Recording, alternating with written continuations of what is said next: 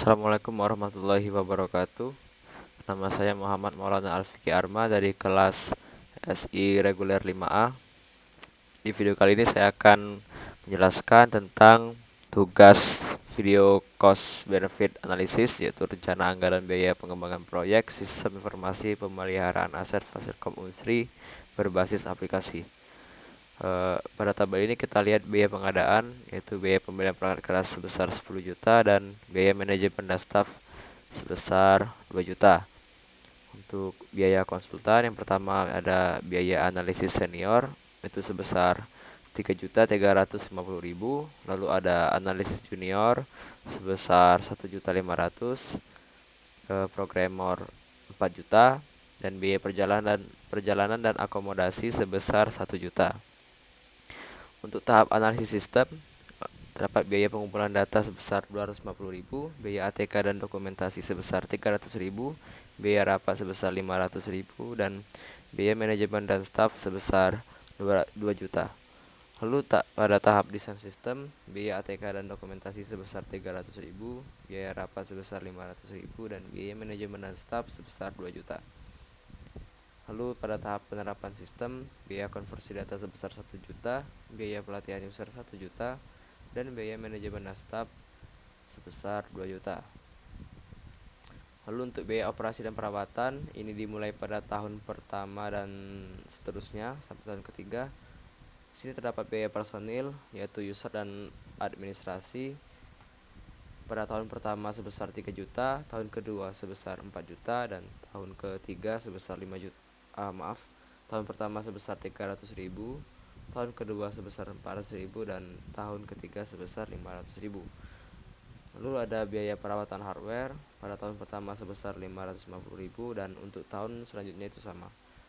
Lalu ada biaya manajemen dan staff pada tahun pertama itu sebesar 500.000, pada tahun kedua 600.000, dan pada tahun ketiga sebesar 700.000. Keuntungan berwujud pada tahun pertama itu ada pengurangan biaya operasional 500.000, pengurangan biaya karena kesalahan proses 500.000, peningkatan keuntungan penjualan sebesar 1 juta, peningkatan biaya persediaan sebesar 5.350.000, dan pengurangan kredit tak tertagih sebesar 1 juta. Pada tahun kedua, pengurangan biaya operasional sebesar 500.000, pengurangan biaya karena kesalahan proses sebesar 500.000, peningkatan keuntungan penjualan sebesar 1.500.000, peningkatan biaya persediaan sebesar 5.750.000, pengurangan kredit tak tertagih sebesar 1 juta. Dan pada tahun ketiga, pengurangan biaya operasional sebesar 500.000, pengurangan biaya karena kesalahan proses sebesar 500.000, peningkatan keuntungan penjualan sebesar 2 juta, peningkatan biaya persediaan sebesar 6.250.000, dan pengurangan kredit tak tertagih sebesar 1 juta. Untuk keuntungan tak berwujud pada tahun pertama, peningkatan layanan kepada pelanggan sebesar 2.500.000, peningkatan kepuasan kerja karyawan sebesar 500.000, dan peningkatan kualitas keputusan sebesar 2.500.000. Lalu pada tahun kedua, peningkatan layanan kepada pelanggan sebesar 4.500.000. Lalu ada peningkatan kepuasan kerja karyawan sebesar 500, dan peningkatan kualitas keputusan sebesar 3.500.000.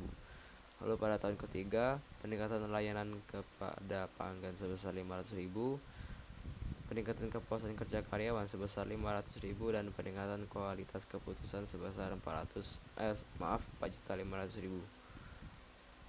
Baiklah, untuk yang pertama ialah menghitung analisis payback period. Di sini kita ketahui total wujud tahun pertama ialah 8.350.000 rupiah. Lalu total tak wujud tahun pertama ialah 5.500.000 rupiah. Dan total manfaat pada tahun pertama ialah 13.850.000. Lalu untuk total biaya pada tahun pertama ialah 1.350.000, dan profit pada tahun pertama ialah 12.500.000. Lalu pada tahun kedua ialah total wujud sebesar 9.250.000, total tak wujud sebesar 8.500.000, total manfaat ialah sebesar 17.750.000. Lalu total biaya untuk tahun kedua ialah 1.550.000, dan profit pada tahun kedua ialah 16.200.000. Di sini kita lihat biaya pengadaan sistem pada tahun 0 atau tahun ialah 31.700.000. Lalu untuk mencari sisa biaya sistem pada tahun pertama ialah dengan mengurangkan biaya pengadaan dan prosit, sehingga kita mendapatkan 19.200.000. Lalu untuk prosit tahun kedua ialah 16.200.000. Kita kurangkan dengan sisa biaya pada tahun pertama, sehingga sisa biaya sistem pada tahun kedua ialah 3 juta. Untuk tahun ketiga tidak kita masukkan karena hasilnya akan menjadi minus atau di bawah 0. Lalu untuk menghitung payback period ialah 3 juta, yang dimana nilai tersebut berasal dari sisa biaya sistem pada tahun kedua dibagi oleh 19.200 dari sisa biaya sistem pada tahun pertama dikali 1 tahun, hasilnya ialah 0,15 tahun. Nah, di sini kita lihat bahwa payback period sudah dapat dicapai pada tahun kedua, yaitu 2,15 tahun. Dapat disimpulkan bahwa yang ditanamkan pada rancangan sistem ini akan mencapai titik impas atau break even point pada waktu 2,15 tahun. Nah, yang artinya pada tahun ketiga perusahaan mulai dapat mengambil keuntungan dari sistem. Lalu ada analisis return on investment. Jadi di sini kita lihat biaya pengadaan sistem ialah sebesar 31.700.000. Biaya operasi dan perawatan sistem pada tahun pertama sebesar 1.350.000.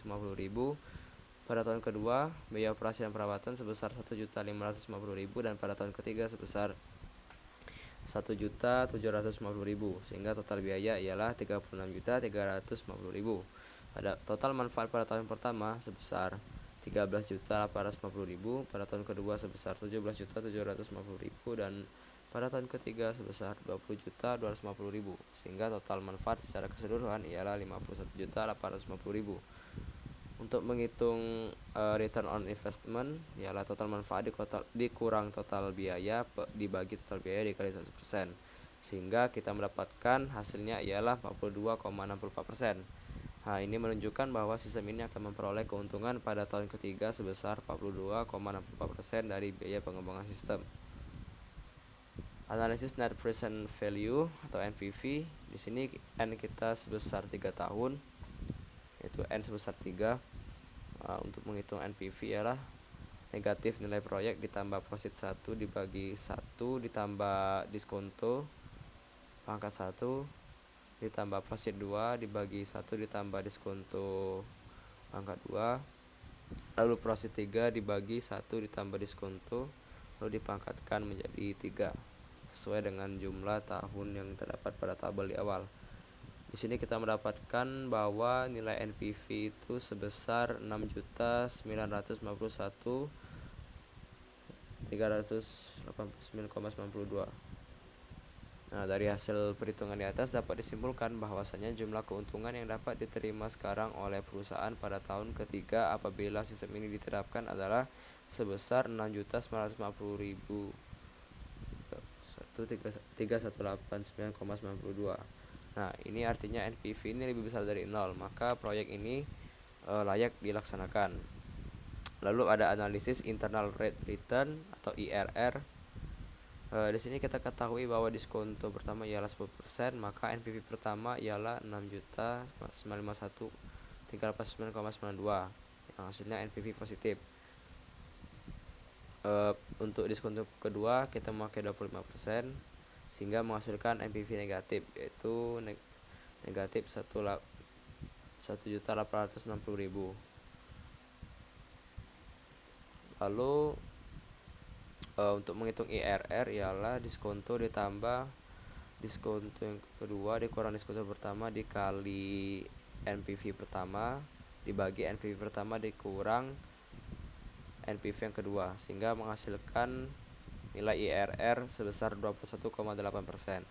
Nah, berdasarkan nilai IRR di atas, proyek ini akan menghasilkan keuntungan dengan tingkat bunga 21,8% per tahun. Apabila tingkat bunga pengembalian rate of return yang diinginkan 10% per tahun, maka IRR ini lebih besar dari 10%. Dengan kata lain, proyek dapat diterima. Jadi kesimpulannya ialah pada proyek yang akan dibangun seperti perhitungan di atas, proyek ini akan mencapai payback period pada tahun kedua, atau lebih tepatnya pada tahun ketiga. pada tahun kedua atau lebih tepatnya dalam 2,15 tahun. Sehingga perusahaan ini akan memperoleh keuntungan dari sistem itu dimulai pada tahun ketiga. Lalu eh, kita sudah mendapatkan nilai ROI atau Return on Investment sebesar 42,64%, yang berarti bahwa sistem ini akan memperoleh keuntungan pada tahun ketiga sebesar 42,64% dari biaya pengembangan sistem. Nilai NPV yang didapatkan menunjukkan jumlah keuntungan yang diterima sekarang oleh perusahaan pada tahun ketiga, yaitu sebesar 6.951.389,92. Dan proyek ini juga menghasilkan keuntungan dengan tingkat bunga sebesar 21,8% per tahun berdasarkan nilai IRR yang kita dapat. Baik, mungkin cukup sekian pemaparan singkat dari saya. Mohon maaf apabila ada kesalahan kata dan kekurangan dalam penjelasan.